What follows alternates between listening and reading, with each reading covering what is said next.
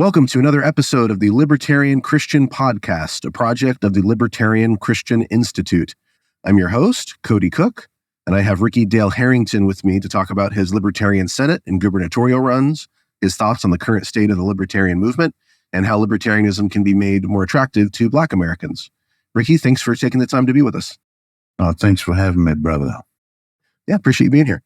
So before we talk politics, let's talk about your Christian credentials. It is the Libertarian Christian Podcast. How long have you been a Christian, and have you been involved in ministry? Well, I became a Christian in May of 2005. So next May, it'll be year 20 for me walking with Jesus. I've been a missionary apprentice. I went to the Sunset International Bible Institute in Lubbock, Texas, to a program called AIM. It stands for Adventures in Missions. And they train, 19, 20s, around that age, college-aged individuals to be missionary apprentice. You go and study the Bible for 8 months, and they put you on teams, and they send you all over the world.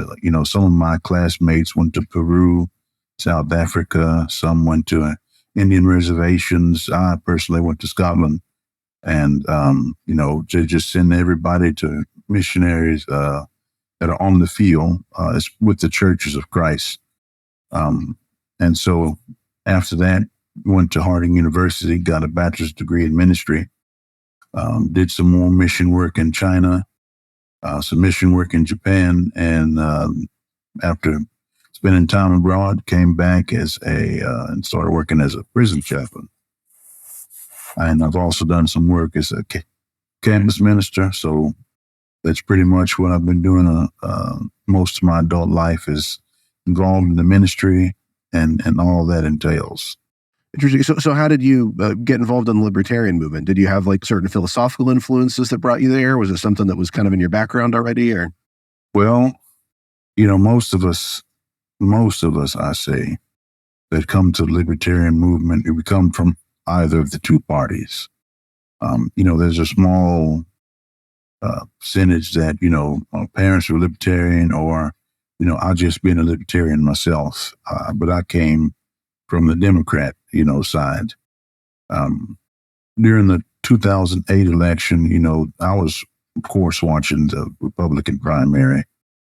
And Ron Paul, he was talking about a lot of stuff, and I was feeling that, a lot of the anti-war talk, a lot of the, the government is just too big. The government just has too much power.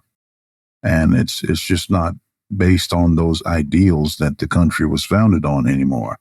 And, that left a big impression on me, even though, I'll still maybe vote Democrat or subscribe to some of the philosophies of the Democratic Party. But it was really around 2016, after coming back from China, being over there for so long and seeing what it's like to be in real communism. And just, seeing those little blossoms, I guess you could say, little weeds, growing up weeds of authoritarianism in our own country, starting to sprout up. And somebody told me, check out Gary Johnson. So I checked him out and just kind of took the leap into libertarianism. But you learn so much about being a part of the Libertarian Party, I tell you that. Yeah, well, I think we'll get into that a little bit. So as you got involved here, so your Senate, you did a Senate run in Arkansas, and I'd read that it was partly to challenge Tom Cotton, the tough on crime Republican politician. Can you talk a little bit about that and the work you've done with the Libertarian Party since? Well, the main thing that got me into that was he was advocating for the use of, cell phone blocking technology to be just on the prison site. So I was working at the prison, and the director of the Arkansas Department of Corrections had put out some type of post, thanking Tom Cotton for advocating for this to, have the, FCC remove those barriers from using that type of technology.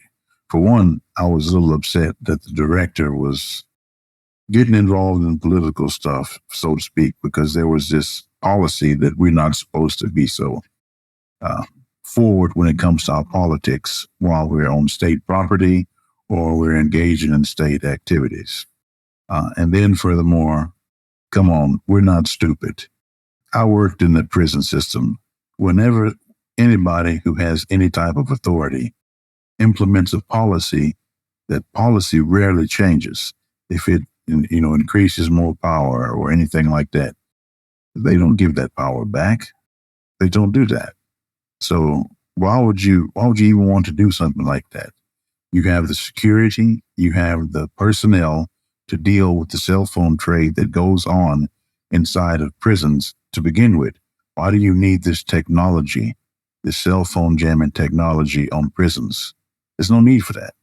The reason that you would do it, and this is just me speculating, obviously, is it's a test run just in case you might have civil unrest.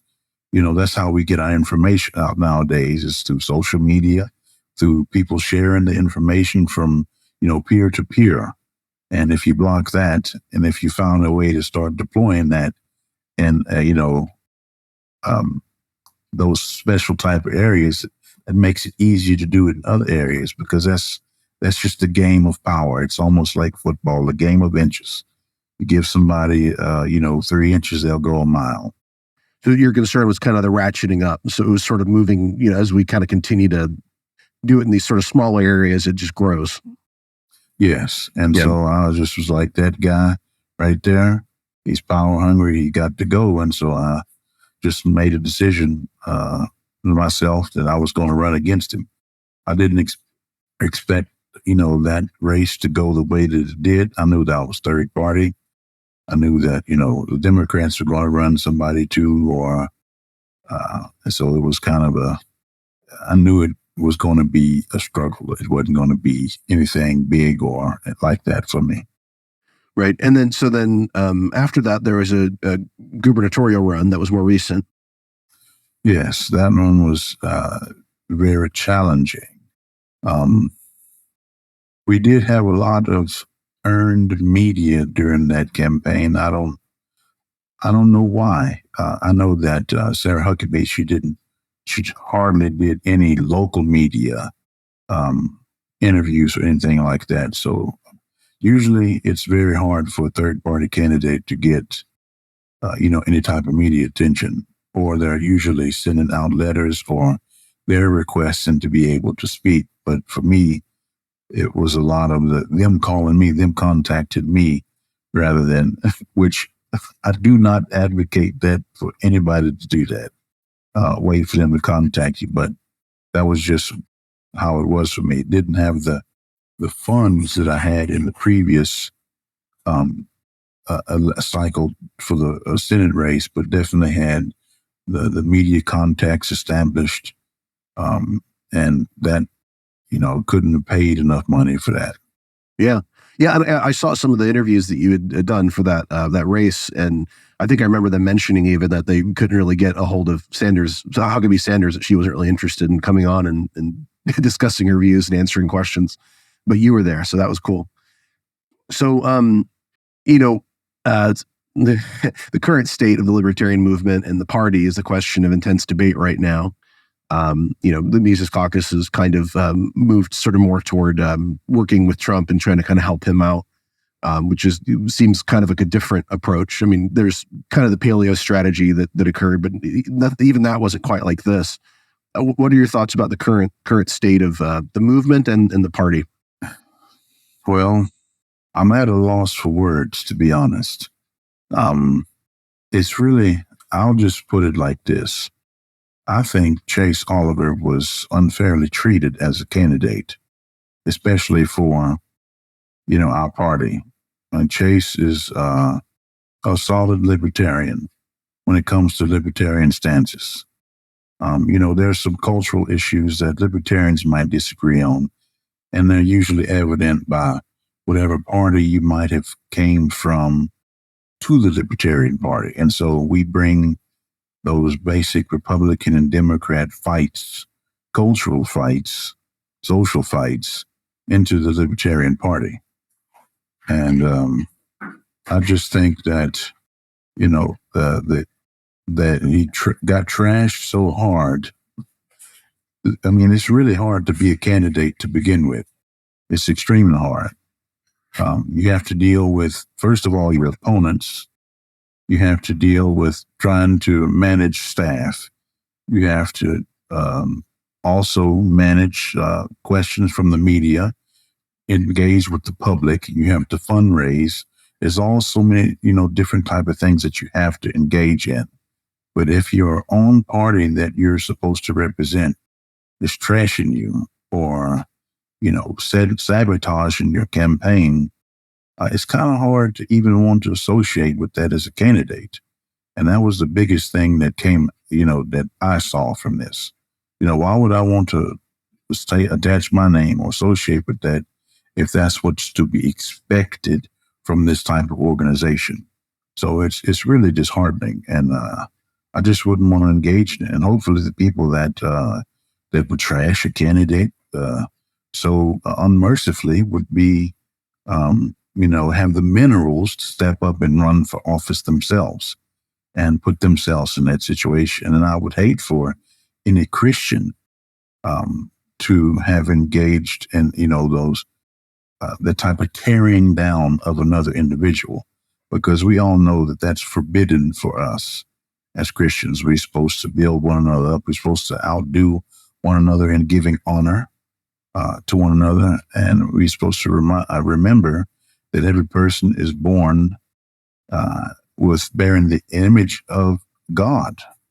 And we're supposed to respect that image, and slander and backbiting are things that we're not supposed to engage in. Now, you were involved in an organization that was kind of trying to help prepare people who are wanting to run for office, or that were kind of helping prepare libertarian, potential politicians. Is that right? Yes. With the Libertarian Policy Institute, during my gubernatorial run, there was a Golden Spike Initiative. And so we did, with Mr. West Benedict's help and Nick Sarwark's help, we did a big mail campaign to get people to, run with Ricky. And I think we had set a record for the amount of candidates that we ran that year during the gubernatorial. We had 56 candidates running, and that was a lot for us. We had a good squad of candidates. Mike White, he was an excellent candidate. There's so many great people, and I can't, just name every single one of them. There's just a lot of people that ran that are great and that are still in the movement and still working toward liberty, and I'm proud of every one of them. Awesome.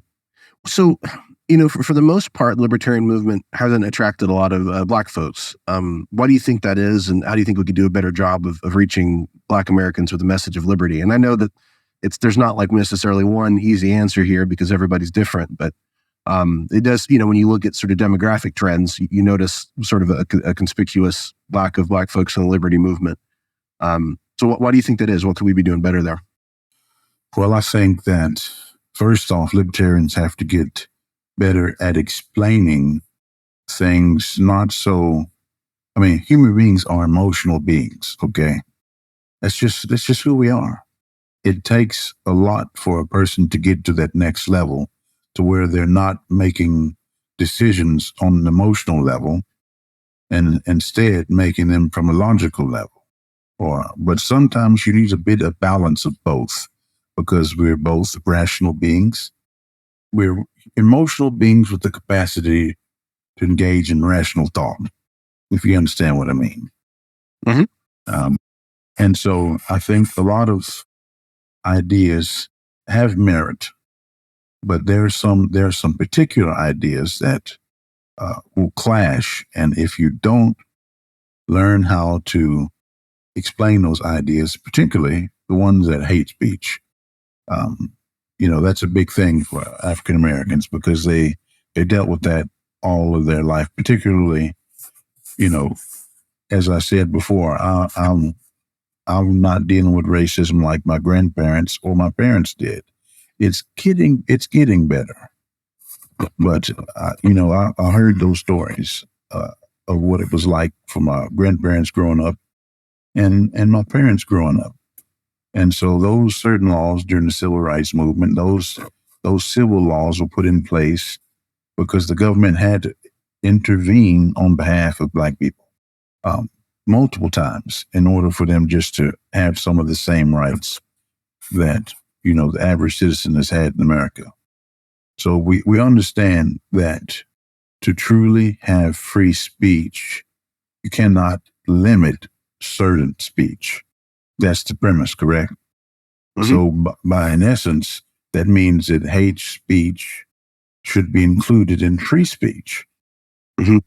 But for a person that might be Black, we all know that when somebody begins to talk to you in a certain way, that that violence is soon to follow from this type of, I don't want to call it inductive reasoning, but if things have happened consecutively in a pattern, then you know what's going to happen, if you understand what I mean. If this type of speech starts happening. And some other, just like the civil rights issue, and then affirmative action. That's another big thing that is kind of a right conservative issue, and would probably have a lot of libertarians have issues with that. Understandable. If we want to be free, we have to get to a point to where those things no longer matter. But we can't get to that point where those things no longer matter if the behavior and the culture is not congruent with the ideas that you are purporting.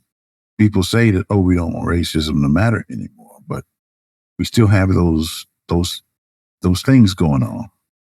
Well, and so when you spoke about the emotional versus the rational or whatever, I wonder if another way of saying that is the kind of the personal versus the theoretical. That sometimes, and this is maybe especially true for, middle-class white folks who don't necessarily think about issues like racism that much because it's not necessarily personal for them. They can spend a lot of time delving into the theoretical. And so they can kind of look at the non-aggression principle, think about how it works its way out. But they don't necessarily have to struggle as much with what does that mean for me personally. Whereas maybe somebody who's Black, or let's say somebody who has type 1 diabetes and depends on Medicaid or something like that to help them through that, it's going to feel really personal. So you have to figure out a way to communicate the message of libertarianism in a way that addresses their kind of felt concerns. Is that kind of what you're getting at? Absolutely. I mean, that's pretty much what it is right there. It's stepping away from the theoretical, parts of libertarianism and actually proving that the ideas work in real time in people's lives. When I first got into libertarianism, one of the hardest issues for me to grasp and work through were some of the economic issues, particularly, as one of the bedrock frameworks of libertarianism is being against the welfare state. And, a lot of people that are disabled that depend on some of those safety net programs, people always pay attention to them, but they don't forget about the other type of welfare that the state engages in, which is corporate welfare, but that might be that, where I came from in joining into the Libertarian Party. But if we want to be able, and this is one of the arguments that I always heard, that charities are going to be able to do it a lot better than the government will be able to do it. That's argument that you usually hear. But I do know of some people in Arkansas that are engaged in charity work. And it's specific, their own work. It's not like, okay, we're daisy chaining on to somebody else. This is our work. We're libertarians. We're trying to help people out. And that's, Coho in Conway, Arkansas, Dr. Fletcher. He's doing some great work, trying to help people get back on their feet, building housing and things like that. And that's what I hope to see is, libertarians actually showing that it works. Yeah. So sometimes the unfortunate problem there is that you start to try to figure out ways to build kind of small housing or, little housing communities for the homeless. And then you get the local government gets involved and tries to shut you down. So yeah, Oh, yes. we see stuff like that happening too, right? So you mentioned like the welfare state idea. The left has often argued that to be pro-Black is to be pro-welfare state, to support an expanded welfare state.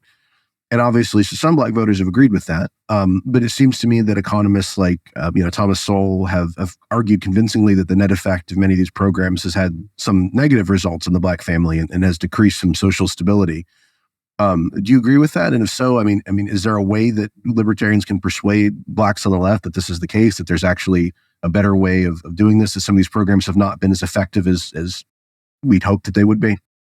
I think the issue is that most people that are caught up in this system, they understand and are probably afraid. It's just like any other big type of life change or decision that a person makes, whether that be, leaving one church or going to another church or ending a relationship with someone that you've had for a long time, or, changing a job. When a person is on those funds or those programs and they get to a point to where you can either try to make your life better, but that means you're not going to have that safety net anymore because you're getting out on your own. You're trying to make it on your own. And it's just one of those problems there of taking that gamble, which I'd rather take that gamble than, bet on that sure money that comes in from the government.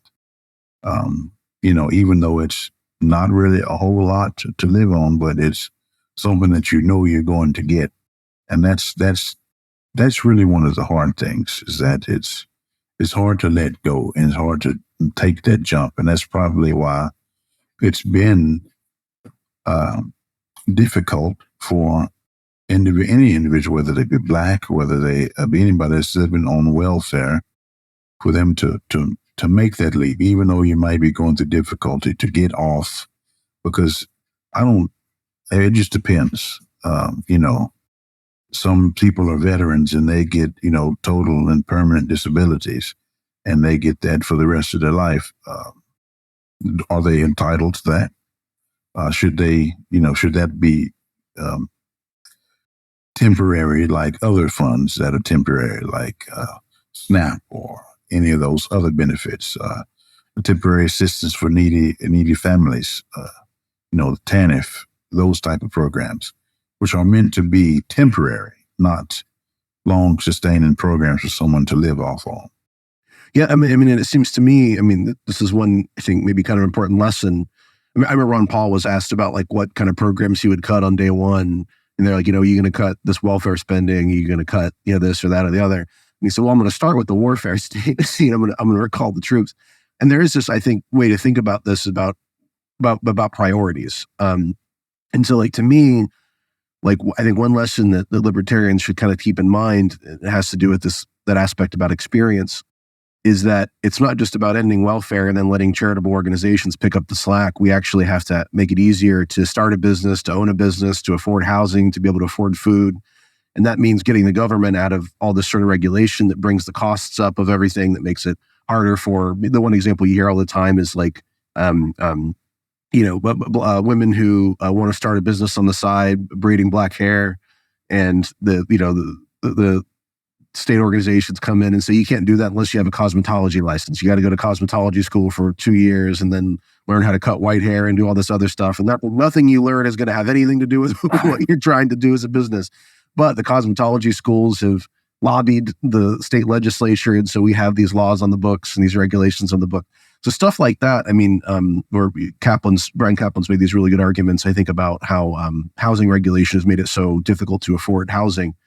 And I think it's not just about, getting rid of state welfare and replacing it with, charitable organizations and voluntary associations, which is great. And we should do that too, but making it possible for people to actually have another option. And then I think once you do that, it becomes a lot easier to start kind of taking away some of these government programs because people actually have another option. I think if we led with that first, it's just like if you're in a boxing match or if you're in some type of martial arts competition, you're not going to lead with the spinning back kick. You're going to try to set it up before you hit somebody with the hit or quitter.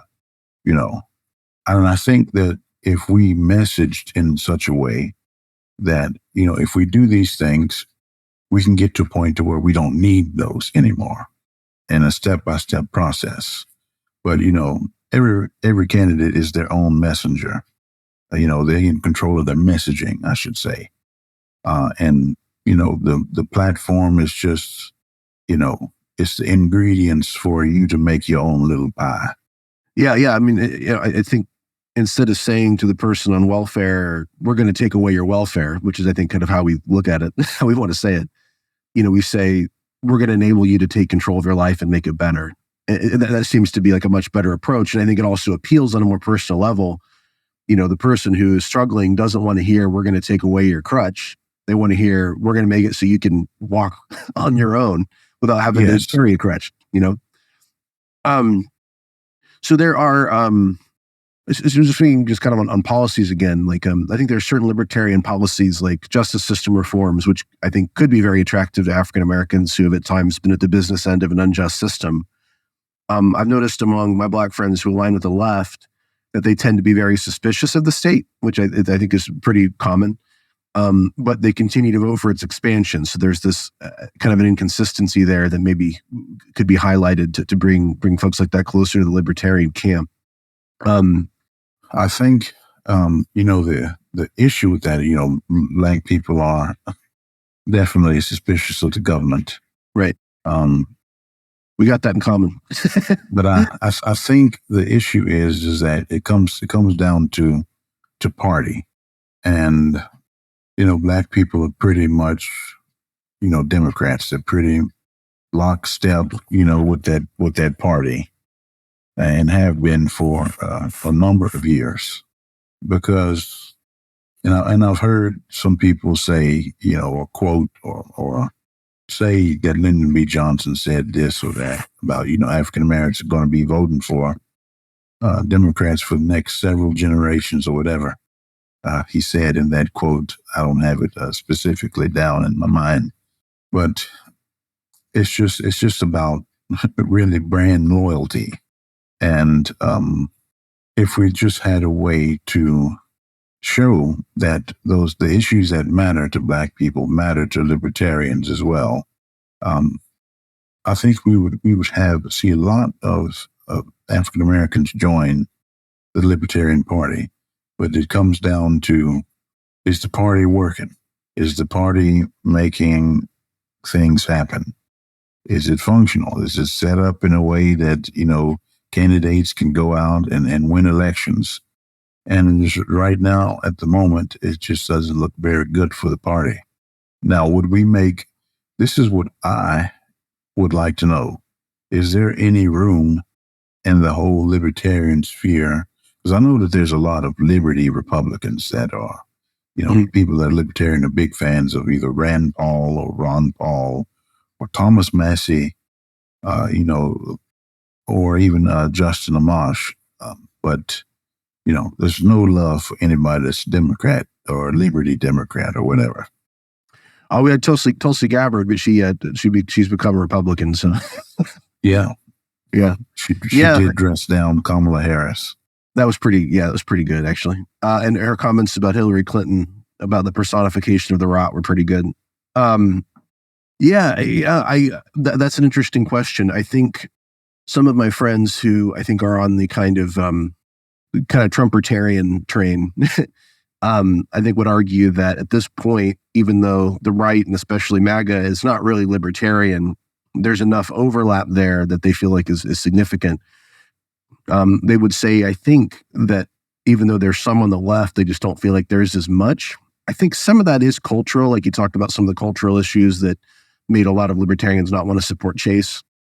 But kind of the culture war stuff. But But I mean, it seems to me that there, when you're thinking about criminal justice reform, there's an area there where we can get along with the left.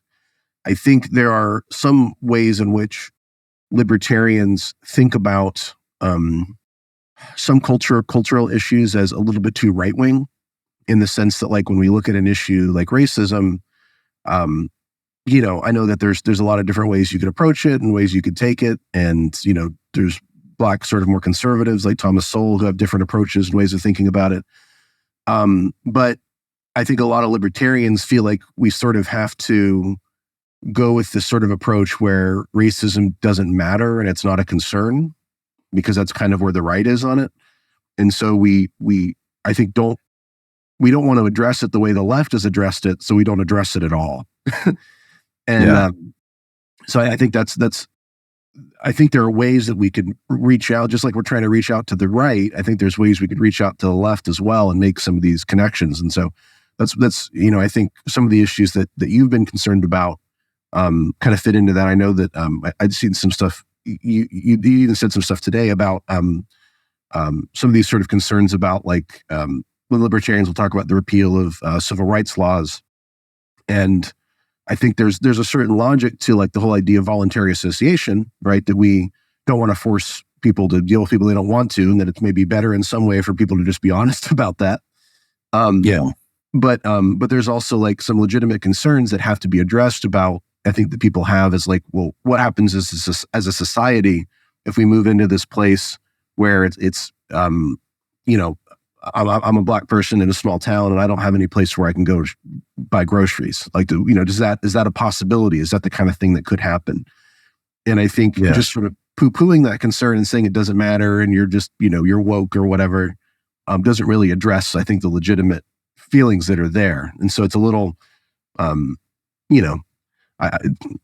use a left-wing term that's actually not always invalid, it sort of smacks of privilege a little bit for, like, a white libertarian to say, I don't care. You're making it up. It hasn't been that long ago that was a really valid concern. It hasn't really. I mean, there are people that are still alive today that live that. It's not. It might seem theoretical, as you said earlier, to people that are detached from it, but no, this is something that that people live that are still alive today. That live that where, if you look to whistle at a white woman, you might end up in the bayou, wrapped in barbed wire. Right. That was the reality. But at the same time, this is a story that I used to tell my students when I was a teacher in China. Now, when I was in China, it was kind of like at the height of the anti-Japanese propaganda and going on in China at the time. And, my students, they would talk about Japan and hate Japan, this and despise Japan, that. And, because of what happened in World War II. And I remember the day they had that 70th anniversary of whenever Japan had lost the war. And I remember thinking to myself, didn't they surrender on the USS Missouri to us? But, China was taking that credit and they had that big celebration. Vladimir Putin was the only person that showed up there, I believe. But I would ask my students, how many of your relatives fought in World War II? None would reply.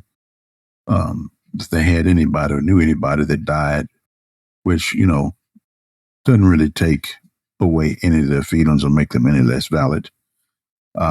But then I would tell them, hey, when I was 18 years old, I was at a bowling alley one time. And I was just bowling, playing with friends of mine. And these three older white men came up to me and they were like, boy, we from the old school. We got AK-47 and a noose in the back of the car and we'd drag your black ass behind that truck, string you up in a tree and shoot your dead body.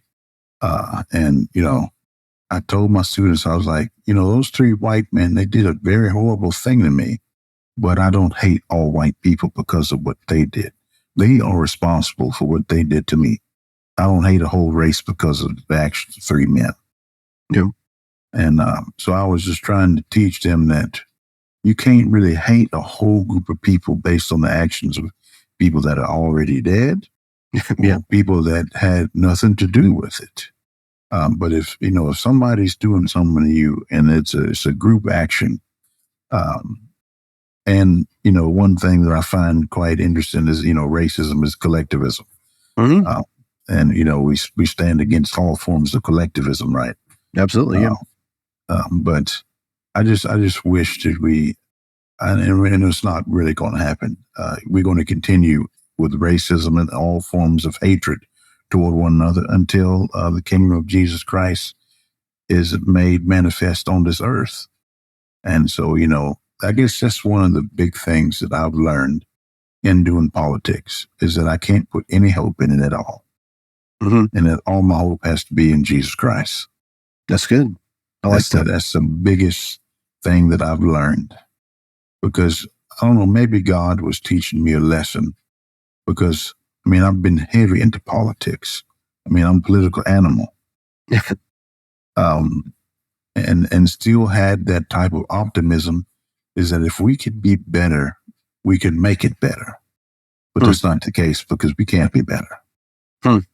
That's interesting. That's just the truth of it. We can't be better within our own selves. The only reason that I can do anything that's worthwhile or good is because God has given me the ability to do it. That's just the truth of the matter. Anything worthwhile, anything praiseworthy, it has come from the one who has created the entire universe and sustains everything by his word. That's where the Christian joins the libertarian. Yes. Yeah. Well, gosh. Well, there's more I could ask you, but I feel like that was a poignant place to stop. So I might wrap up the interview here with that. Thank you so much, Ricky, for taking time. People can find you on Twitter. Is that right? Oh, yes. At Rick D. Harrington. That's the Twitter /X handle there. All right. You think you're going to be running for anything anytime soon, or? I would like to run against Tom Cotton again in 2026. Yeah. I would like to do it. I'd like to have a round two, but I'll have to see. But if the Lord provides me an opportunity again, I surely want to do it. All right. Well, if you do, good luck, and we'll have you back on. I surely would love to come back on. Thank you. Thank you, Ricky.